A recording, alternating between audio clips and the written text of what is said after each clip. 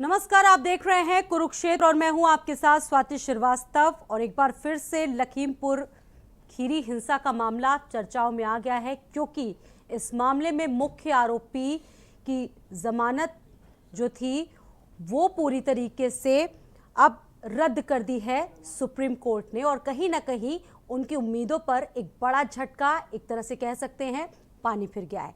सबसे पहले हम आपको अपनी ये स्पेशल रिपोर्ट दिखाते हैं, उसके बाद इस पूरे मसले पर चर्चा करेंगे और जानेंगे कि किस तरीके से उनकी मुश्किलें बढ़ी। सबसे पहले देखिए हमारी ये खास रिपोर्ट।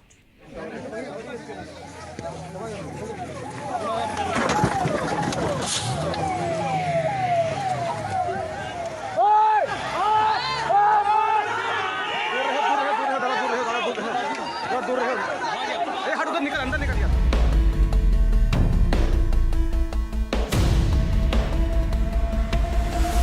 3 अक्टूबर 2021 को लखीमपुर खीरी के तिकोनिया में हुए हत्याकांड ने पूरे देश को दहलाकर रख दिया था।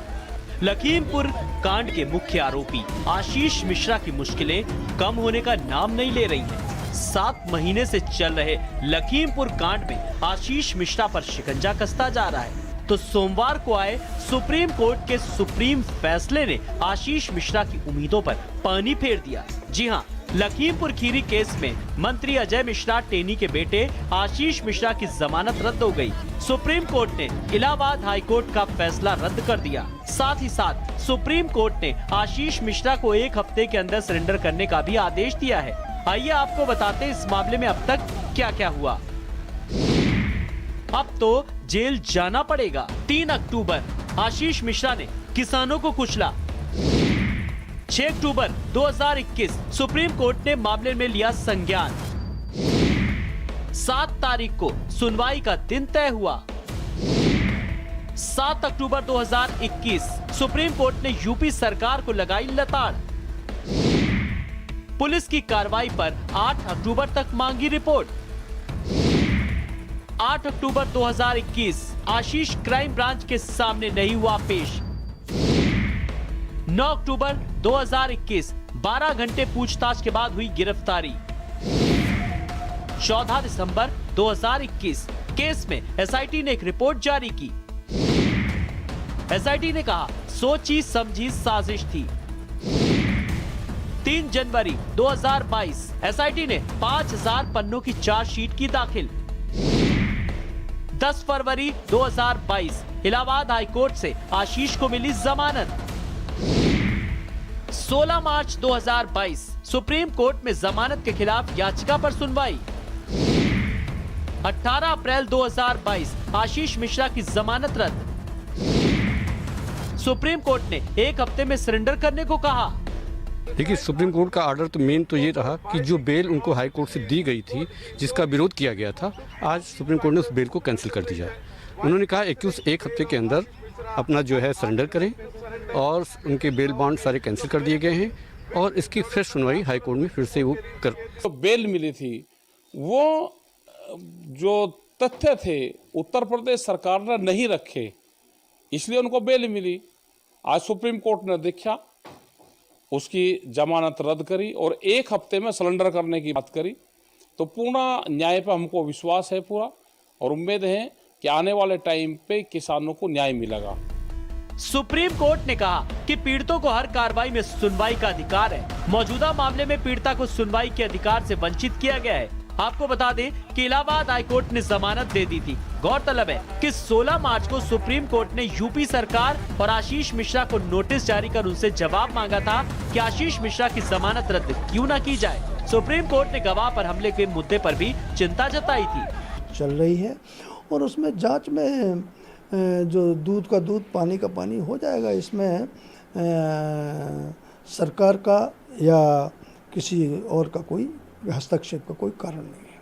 आशीष मिश्रा लखीमपुर वाले केस में माननीय सर्वोच्च न्यायालय ने फैसला दे के साफ संदेश देश को दे दिया है कि देश में संविधान और कानून का राज चलेगा। कानून के ऊपर कोई नहीं है, चाहे कोई व्यक्ति बना रहे। यहाँ सिर्फ न्याय की बात होगी और हर व्यक्ति को न्याय मिलेगा। पुराना प्रतिपादित सिद्धांत है कि पहली तो दुर्घटना माना जा सकता था जो पहली मौत हुई थी, पर आप भागने के लिए या आप जानबूझकर उनको अगर कुचलते रहे, 8 लोग मारे गए, तो वो सुनियोजित सोच समझकर की गई हत्या। लखीमपुर के तिकुनिया में हिंसा मामले में आशीष मिश्रा 4 महीने तक हिरासत में रहा था, जिसके बाद आशीष मिश्रा को फरवरी में इलाहाबाद हाईकोर्ट ने जमानत दे दी थी। तो अब एक बार फिर से सुप्रीम कोर्ट के फैसले के बाद आशीष मिश्रा पर गिरफ्तारी की तलवार लटक गई है। अब 1 हफ्ते के अंदर आशीष मिश्रा को सरेंडर करना होगा। स्पेशल रिपोर्ट, भारत समाचार।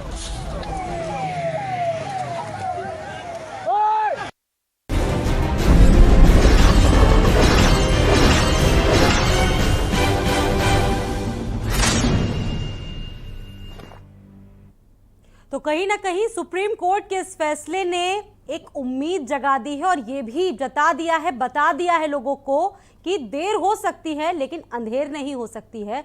और इस फैसले के बाद जो पीड़ित पक्ष हैं, जो इस मामले में पीड़ित पक्ष हैं, वो भी अब बेहद खुश हैं। उनका कहना है कि हमारी जो आस थी कहीं ना कहीं उसे कुचला गया और जिस तरीके से सुप्रीम कोर्ट का ये पूरा फैसला आया है ये स्वागत योग्य है।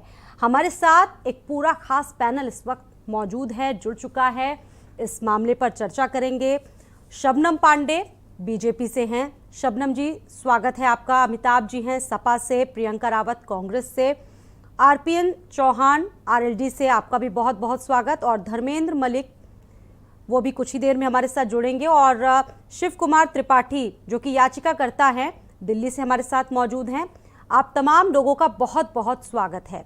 सबसे पहले आरपी सिंह जी, एक बड़ा फैसला, कहीं ना कहीं इतना हाई प्रोफाइल मामला, और ये आशीष मिश्रा के लिए एक बहुत बड़ा झटका है और पीड़ितों के लिए एक बहुत बड़ी राहत।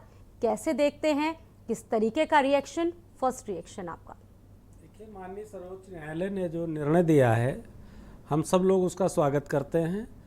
और अभियोजन पक्ष ने अगर सही तथ्य माननीय उच्च न्यायालय के समक्ष रखे होते तो मुझको विश्वास है कि आरोपी को जमानत नहीं मिलती जी। लेकिन कहीं ना कहीं अभियोजन पक्ष जो था, जो एजेंसियां थीं, उनकी तरफ से ढिलाई रही है कि माननीय उच्च न्यायालय के समक्ष वो साक्ष्य प्रस्तुत नहीं कर पाए होंगे, जिसके चलते माननीय उच्च न्यायालय ने आरोपी को जमानत दी। और आज सर्वोच्च न्यायालय ने यह साफ कर दिया कि इस देश में कानून और संविधान से ऊपर कोई नहीं है। अगर कहीं कोई घटना हुई है, किसी रूल का वायलेशन हुआ है, कहीं किसी पर हमला हुआ है, तो देर सवेर न्याय जरूर होगा। और किसानों को एक बार फिर से न्याय की उम्मीद बंधी है। लोगों को जो लगता था कि आनंद फानन में फैसला हो गया, आरोपी छूट गया, कैसे न्याय मिलेगा, तो आज सर्वोच्च न्यायालय ने देश को फिर से एक बार आश्वस्त किया है कि कोई आरोपी कितना भी बड़ा क्यों ना हो, कितनी भी अच्छी बैकग्राउंड हो उसकी, कितना रसूखदार हो, लेकिन न्याय सबके लिए बराबर है। इसलिए हम सब लोग सर्वोच्च न्यायालय के निर्णय का पुनः एक बार फिर से स्वागत करते हैं। शबनम जी, क्योंकि सूबे में आपकी सरकार है, बहुत आरोप लगे बीजेपी सरकार पर, और अब आपको जिस तरीके से सुप्रीम कोर्ट का फैसला आया, लोगों में न्याय की उम्मीद जगी, क्या कुछ कहेंगी इस पूरे फैसले पर? देखिए, निश्चित तौर पे सूबे में हमारी सरकार है, पर न्याय प्रणाली पे सरकार के कोई दबाव नहीं होता। एक निष्पक्षता के साथ हमारी न्याय प्रणाली काम करती है, चाहे वो सूबे में हो या देश में हो। और इस पर अगर कोई ये कहता है कि सरकार की गलती है, तो मैं सही कहूंगी कि एक बार हमारे संविधान को पढ़ लें और जान लें कि न्यायालय स्वतंत्र है और स्वतंत्रता के साथ काम करता है। मैडम, पीड़ित पक्ष की बात सुनी ही नहीं गई। सुप्रीम कोर्ट का ये भी साफ कहना है कि पीड़ित पक्ष की बात, शबनम जी, पीड़ित पक्ष की बात नहीं सुनी गई। सरकार की तरफ से जो दलीलें पेश की गई थी उसमें पीड़ित पक्ष का जिक्र बहुत कम था। सुप्रीम कोर्ट ने ये साफ कहा है और यूपी सरकार को भी फटकार लगाई है। शबनम जी, सबसे पहले जी मेरी बात पूरी रख लेनी है। देखिए, इस केस में सरकार ने खुद एसआईटी गठित की थी और एसआईटी ने पूरी रिपोर्ट जांच करने के बाद पूरी रिपोर्ट दाखिल की थी। अब मैं ये कह रही हूँ कि न्यायालय में न्यायालय क्या करता है, हाई कोर्ट किसका पक्ष सुनता है, किसका नहीं, और क्या अधूरे निर्णय देते हैं या पूरे निर्णय देते हैं, ये पूरा हाई कोर्ट के अधीन होता है, ना कि सरकार के अधीन होता है। और अगर आप इस केस को ही, ये हाई प्रोफाइल केस है, इसके अलावा आप तमाम केस हर प्रदेश का निकाल के देख लीजिए, तमाम ऐसे केस हैं। लोअर कोर्ट ने कुछ और कन्विक्शन किया, हाई कोर्ट ने उसको खत्म किया, कभी हाई कोर्ट किसी को कन्विक्शन देता है, सुप्रीम कोर्ट का। ऐसे तमाम केसेस आपको आम केसेस में देखेगा, हाई प्रोफाइल अगर ना हो तो। लेकिन अगर हाई प्रोफाइल केस में इस तरीके की चीजें होती हैं तो इसको सरकार से जोड़ना, मुझे लगता है कहीं ना कहीं सीधा आरोप बीजेपी पर लगा कि जो आरोपी था हाई प्रोफाइल था और उसको संरक्षण देने का भी आरोप लगा। ये सिर्फ आरोप है, हम नहीं कह रहे हैं इसे। अगर एसआईटी गठित करके जांच कराया जाता है, सलाखों के पीछे भेजा जाता है और उस पर भी बीजेपी पे आरोप लगाए, तो मैं पूछती हूँ प्रजापति के साथ क्या हो रहा था?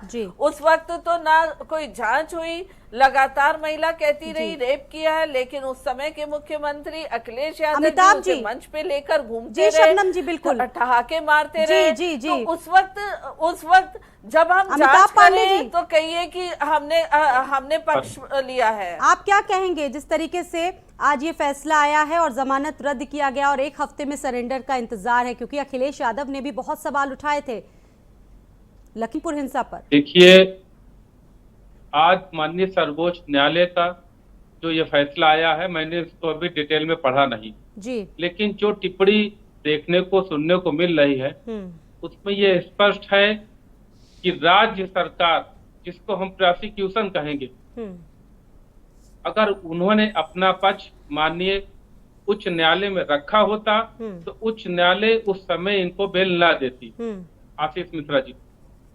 और आज सर्वोच्च न्यायालय ने जब 15 मार्च को शोकाट इशू किया था, नोटिस इशू किया था राज्य सरकार को, तो इन्होंने जो जवाब वहां उसमें दिया उसमें बहुत सी भिन्नताएं मिली हैं कि अभियोजन पक्ष ने अगर ये चीज वहां रखा होता तो इनको बेल उस समय शायद न मिलती।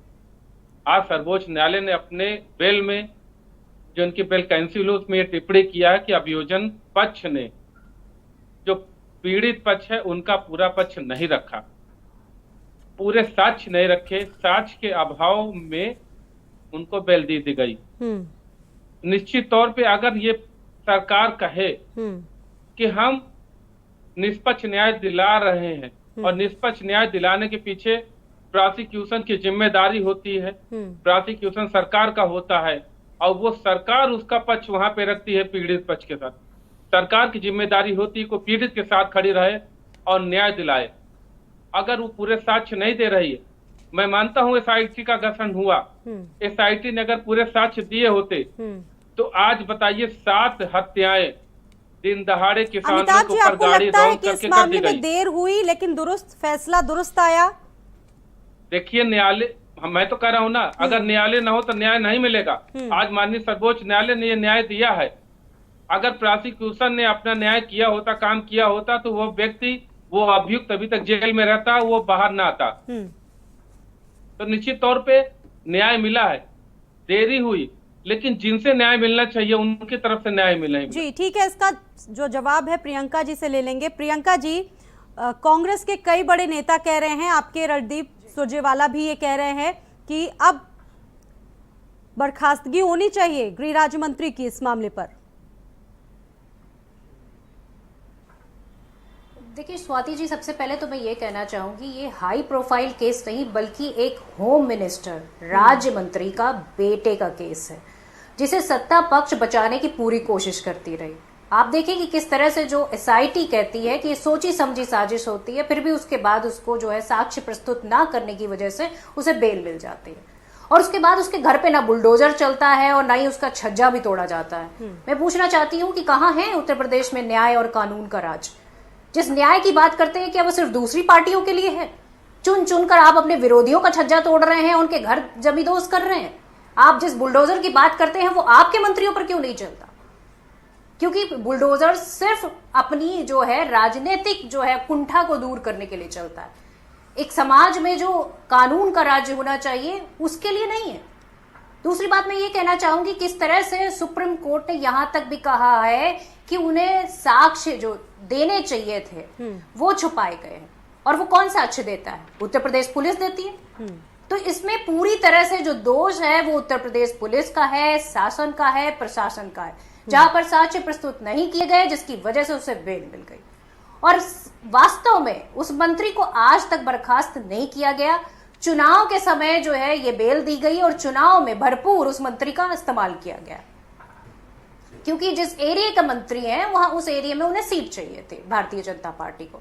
तो भारतीय जनता पार्टी सिर्फ अपने स्वार्थ के लिए काम करती है, चाहे 7 किसानों की हत्या का आरोप है, चाहे पत्रकार की हत्या का आरोप है, उनके लिए कोई मतलब नहीं रखता। उनके लिए सिर्फ एक चीज मतलब रखती है कि किस तरह से उन्हें चुनाव के समय फायदा होना था, इसलिए उसको बेल दे दी गई। पर सुप्रीम कोर्ट का धन्यवाद देना चाहिए कि सुप्रीम कोर्ट ने इस मामले पर संज्ञान ली और अरेस्ट करने का भी जो है। ठीक है प्रियंका जी, शिव कुमार त्रिपाठी से भी सबसे बड़ी बात यह है कि जनता का जो विश्वास है वो आज उत्तर प्रदेश पुलिस से हट चुका है, उत्तर प्रदेश की सरकार से हट चुका है। जो बड़ी बड़ी बातें सिर्फ बुलडोजर की करते हैं उस पर से उठ चुका है। ये सिर्फ अपने स्वार्थ के लिए काम करती है सरकार। जी, शिव कुमार त्रिपाठी जी क्या कुछ कहेंगे? और सीधा सीधा सुप्रीम कोर्ट ने फटकार भी लगाई है यूपी सरकार को भी, और हाई कोर्ट का जो फैसला आया था उस पर भी कहा है कि पीड़ित पक्ष को सुना ही नहीं गया और निचली अदालतों के फैसले पर सवाल उठा है। जैसा आज आपने देखा होगा कि जो है सुप्रीम कोर्ट ने जो आदेश पारित किया उसमें उन्होंने जो बेल कैंसिल करने का रीज़न बताया कि हाई कोर्ट ने जो है सारे फैक्ट्स पे ध्यान नहीं दिया। उनको जो है ऐसा आदेश नहीं पारित करना चाहिए कि जो न्याय के खिलाफ हो। उनका ये मानना था कि बेल आपने अगर दिया है तो सारे पहलुओं पे विचार करना चाहिए था। विक्टिम के परिवार को ना सुनना, ये सबसे बड़ी बात उन्होंने कही कि जिनके यहाँ इतनी बड़ी घटना हो गई हो और उनको ना सुनना, ये बहुत ऊंची बड़ी बात आती है कोर्ट के सामने। कोर्ट ने कहा कि आपने जो भी इशू पे राज्य सरकार को कहा कि आपने पूरी जिम्मेदारी से अगर निभाई होती तो शायद ये बेल कैंसिलेशन की नौबत ना आती और हाई कोर्ट शायद बेल ना देता। और इस बेल के बारे में कोर्ट का मानना था कि जो है हाई कोर्ट को सारे फैक्ट्स को देखने चाहिए, उनको एक लिमिटेड जो है दायरे में रहकर अपने काम को करना चाहिए था। उनको ट्रायल के उनका ये मानना था कि ट्रायल जैसी प्रोसीडिंग के बारे में अपनी राय नहीं देनी चाहिए थी। और एक एफआईआर में एक लिमिटेड स्कोप है, जैसा कि उन्होंने अपने पैरा में सारा बताया भी। हाई कोर्ट ने जो पैरा 24-25 में बताया भी था, उसको देखते हुए उन्होंने कहा कि ये सारी बातें जो है मेरिट पे नहीं होनी चाहिए थी। इससे गलत संदेश ट्रायल पे जाता है। जो ट्रायल अगर फेस करना होता तो उसमें सारी बातें आती। ये हाई कोर्ट का काम नहीं था। हाई कोर्ट ने अपने पावर को एक्सीड किया है, उस पे उन्होंने जो है आज ये बेल कैंसिल किया। और आशीष मिश्रा को 7 दिनों के अंदर उन्होंने कहा है कि जो है सरेंडर करें और उसके बाद जो जी आप इस फैसले को कहीं ना कहीं बहुत ही एक्स्ट्राऑर्डिनरी और कहीं ना कहीं रेयर मानते हैं, क्योंकि इसमें शुरुआत से ही पुलिस प्रशासन, प्रोसिक्यूशन और अभियुक्तों के साथ साथ एक आरोप लगा था। ऐसे तमाम आरोप थे और ये जो फैसला आया है ये कहीं ना कहीं बहुत रेयर फैसलों की श्रेणी में आता है।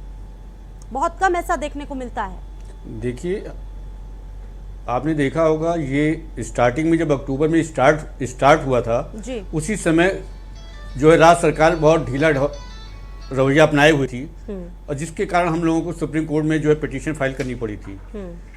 और उसी पिटीशन में जब सुप्रीम कोर्ट ने संज्ञान लिया, आपने देखा हो कि जितनी भी डेटें सुप्रीम कोर्ट में लगी उस सारी डेटों पे सुप्रीम कोर्ट ने राज्य सरकार को लताड़ लगाई। उन्होंने कहा लगता है कि आप अपने पैर पीछे खींच रहे हैं। इसी को देखते हुए सुप्रीम कोर्ट ने जो है एसआईटी का गठन किया था, अपग्रेडेड एसआईटी, जिसमें उन्होंने कहा राज्य सरकार के बाहर के आईपीएस अधिकारियों को लिया था और जो रिटायर्ड जज पंजाब और हरियाणा के राकेश कुमार जैन की निगरानी में सारी कमेटी बनाई थी। आपने देखा होगा कि जब ये बेल मिलने के बावजूद भी एसआईटी ने 2 लेटर लिखे थे स्टेट को। उन्होंने कहा था कि जो है आप इस बेल के खिलाफ अपील में जाइए, लेकिन राज्य सरकार बेल के खिलाफ नहीं आई अपील में। ये सारी बातों से लगता था कि राज्य सरकार जो है इतनी इच्छुक नहीं थी कि जो है बेल कैंसिल हो। और चूंकि मामला हाई प्रोफाइल मंत्री जी के बेटे का था, इसको देखते हुए विक्टिम परिवार बहुत जो है सहमा हुआ था और उस संबंध में उन्होंने जो बेल कैंसिलेशन के लिए सुप्रीम कोर्ट का दरवाजा भी खटखटाया और सुनवाई न होने के कारण हाईकोर्ट में सुप्रीम कोर्ट को आज ये आदेश पारित करना पड़ा और आशीष मिश्रा का बेल कैंसिल करना पड़ा। शबनम जी, सवाल आपसे है कि क्या अब यूपी सरकार जो पीड़ित पक्ष हैं, पीड़ित लोग हैं, उनको सुरक्षा देगी? क्योंकि अब तो सुप्रीम कोर्ट भी साफ तय कर चुकी है, तो अब क्या आपको लगता है कि यूपी सरकार अब अपनी जिम्मेदारी इस पर पूरी तरह से निभाएगी? शबनम, देखिए, यूपी सरकार लगातार अपनी जिम्मेदारी निभाती रही है और यूपी की जनता इसीलिए अभी तुरंत कुछ महीने पहले ही इलेक्शन हुआ, महीने भर पहले, और जनता ने इसीलिए विश्वास दिलाया कि यहाँ अंधेर नगरी नहीं है। और अगर न्यायालय में कोई केस चल रहा है तो उसमें सरकार की दखल अंदाजी कहीं नहीं है। एसआईटी गठित थी, एसआईटी ने रिपोर्ट दाखिल किया, इसमें सरकार ने रिपोर्ट नहीं दाखिल किया, पर विपक्षी पार्टियां कहीं ना कहीं कोई भी मसला आता है तो उस पर सरकार और पार्टी की राजनीति करना शुरू कर देती हैं, क्योंकि उनके कार्यकाल में कभी भी निष्पक्षता के साथ कोई कार्य नहीं होता था, तो वो लगातार सरकार में तो मंत्री हैं। इसका जवाब प्रियंका जी दे रही हैं। जब अगर शबनम जी जवाब के साथ सुन लीजिए प्रियंका जी, पहले पूरी बात सुन लीजिए। अगर गृह मंत्री का पुत्र भी गिरफ्तार होता है तो मैं जानना चाहती हूँ तमाम रॉबर्ट वाड्रा और तमाम ऐसे बड़े बड़े नेताओं पे उंगली उठी, क्या किसी ने इस्तीफा दिया? क्या किसी के अगेंस्ट सरकार में रहते आप लोगों की सरकार ने कभी कार्रवाई की? पर हमारी सरकार लगातार कार्रवाई करती है और ये कोई रेयर केस नहीं है, ये कोई रेयर केस नहीं है। मैं आपको हजारों केसेस ऐसे बता दूंगी। अभी केरला का ही देखिए, वेलादुराय वर्सेस स्टेट ऑफ केरला था, जिसमें कि अबेंडमेंट ऑफ सुसाइड में केरला ने कन्विक्शन किया, हाई कोर्ट ने कन्विक्शन किया और उसके बाद सुप्रीम कोर्ट ने उसको ओवरटर्न कर दिया। इसी तरीके का शकुंतला शुक्ला वर्सेस स्टेट देखिए, उसमें क्या है कि एक मर्डर और क्रिमिनल कॉन्स्पिरेसी का किसानों पर ही मुद्दा रहे तो ज्यादा बेहतर है, उस पर ही चर्चा रहे, क्योंकि मुद्दे से भटकने का कोई फायदा नहीं। जवाब दीजिए आप। नहीं, मैं मुद्दे से नहीं भटक रही हूँ, मैं मुद्दे पे ही बता रही हूँ कि ऐसे तमाम केसेस आते हैं जिसमें कि हाई कोर्ट के वर्डिक्ट को सुप्रीम कोर्ट ओवरटर्न करता है या लोअर कोर्ट के हाई कोर्ट करता है। तो ये हमारे न्याय प्रणाली की खूबसूरती है कि जो भी समझता है कि हाँ उसे न्याय ऊपर जाके लेना, वो पूरी स्वतंत्रता के साथ जा सकते हैं और सुरक्षा। लेकिन शबनम जी, यहाँ एक गंभीर सवाल ये भी है, शबनम जी सुन लीजिए, शबनम जी सुन लीजिए, गंभीर आरोप ये भी है, आपके ही नेताओं ने, शायद आपने सुना हो, जो किसान वहां पर प्रदर्शन कर रहे थे उनको खालिस्तानी होने का भी आरोप लगाया गया था, जो वहां पर कुचल रहे थे, जो मर रहे थे लोग, आपके नेताओं की तरफ से ये भी कहा गया था ये खालिस्तानी है। देखिए जी, गंभीर आरोप जो लगा रहे हैं, उन्होंने ये भी देखा कि हमारे बीजेपी के कार्यकर्ता को पीट कर मार दिया गया। वो भी हम मानते क्या हैं। वो आम नागरिक हो सकते हैं? कभी नहीं हो सकते। वो कहीं ना कहीं क्रिमिनल्स थे। तो हम कहीं भी पक्षपात, क्योंकि हमें उनको भी न्याय दिलाना और जो हमारे किसान भाई मरे उनको भी न्याय दिलाना है। सरकार पूरी तरीके से सभी के साथ खड़ी है, लेकिन न्यायालय अपना काम कर रहा है और न्यायालय में अगर कोई भी हाई कोर्ट के मामले से ये होता है तो वो सुप्रीम कोर्ट ठीक है। शबनम जी तो ये बता दीजिए, शबनम जी तो ये बता दीजिए कि अक्टूबर में मामला हुआ था और फरवरी में आशीष मिश्रा को जमानत मिल गई थी, उसके बाद आपके सरकार के कितने मंत्री गए थे पीड़ित पक्ष के घर, उनकी प्रॉब्लम सुनी उन्होंने, उनकी फरियाद सुनी, आपके लोगों ने कितनी बार गए? जी शबनम जी बता दीजिए। देखिए, जब न्यायालय में केस चल रहा है तो उसमें पीड़ित पक्ष के घर जाने से ज्यादा जरूरी होता है। अगर किसी को पीड़ित पक्ष को लगता है कि मेरे खिलाफ न्याय, मेरे समर्थन में न्याय नहीं हुआ और मैं सुप्रीम कोर्ट जाना चाहती हूँ, उसकी स्वतंत्रता, और हमारी सरकार ने कहीं कोई बंदिश किसी पे नहीं डाली, वो स्वतंत्रता उन्हें रही और वो गए। और अब सुप्रीम कोर्ट ने जो आदेश दिया उसमें कहीं राज्य सरकार को फटकार नहीं, उसमें हाई कोर्ट को फटकार लगाई है। राज्य सरकार का इससे कोई लेना देना नहीं। राज्य सरकार के पास एसआईटी जो गठित हुई, जो रिपोर्ट आया उसके अनुसार वहां पे हुआ। अब हाई कोर्ट किसको सुनता है, किसको नहीं सुनता है, कितने शबनम जी, आशीष मिश्रा अधिकार हाई कोर्ट का है, ना कि सरकार का। जी, जनता दरबार भी लगाते दिखे हैं इस घटना के बाद, वो तो बिल्कुल अपने आप को उन्होंने इस तरीके से प्रिटेंड कर दिया था कि साफ सुथरी छवि है, और जनता दरबार भी कई बार लगाते दिखे, मीडिया ने दिखाई तमाम रिपोर्ट्स। देखिए, जब तक किसी पे दोष सिद्ध नहीं हो जाता वो अपने को हमेशा ही एक आम नागरिक जैसा समझता है, और उसको हमारे कानून भी उसको जब तक दोष सिद्ध नहीं होता हम उसे दोषी नहीं कह सकते, चाहे वो कोई भी, और वो कोई आशीष मिश्रा का केस नहीं। चलिए मैडम, आपने दोषी मान लिया ना, बीजेपी दोषी मानती है ना आशीष मिश्रा को, आपकी नहीं मानती है, ये बता दीजिए। मानती है ना मैं दोषी? तो अभी तक बुलडोजर चला क्यों नहीं, ये बता दीजिए। देखिए, आपके मंत्री का बेटा है, इसलिए बुलडोजर नहीं चला। देखिए,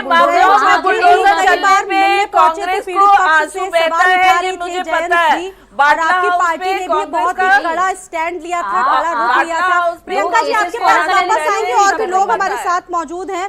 आरपीएन जी। जी देखिए, हमारी पार्टी पहले दिन से ही जब किसान आंदोलन शुरू हुआ तो चौधरी साहब किसानों के साथ थे। हम किसानों के दुख दर्द में, किसानों की किसी भी समस्या में किसानों के साथ हैं। और आप देखिए, इस पूरे मामले में जिस तरीके से का घटनाक्रम हुआ है, जब किसानों को थार से रौंद डाला, उसके बाद से जिस तरीके का पुलिस का रवैया रहा, आप देखिए कि कहीं न दबिश हुई, ना कोई पकड़ा गया। एक नोटिस चस्पा की गई, तमाम टेलीविज़न चैनलों ने दिखाया। क्या आम मुकदमे में ऐसा होता है कि कोई आरोपी हो और उसके घर पे नोटिस चस्पा की जाए कि आप फला समय को, फला तारीख को, फला समय तक सरेंडर कर दीजिए, नहीं तो कार्रवाई होगी। उसके बाद में जिस तरीके से जब वो सरेंडर कर दिए, फिर कार्रवाई जब पुलिस की शुरू होती, जो अभियोजन पक्ष होता है, चार्ज फ्रेम करने की जिम्मेदारी पुलिस की होती है।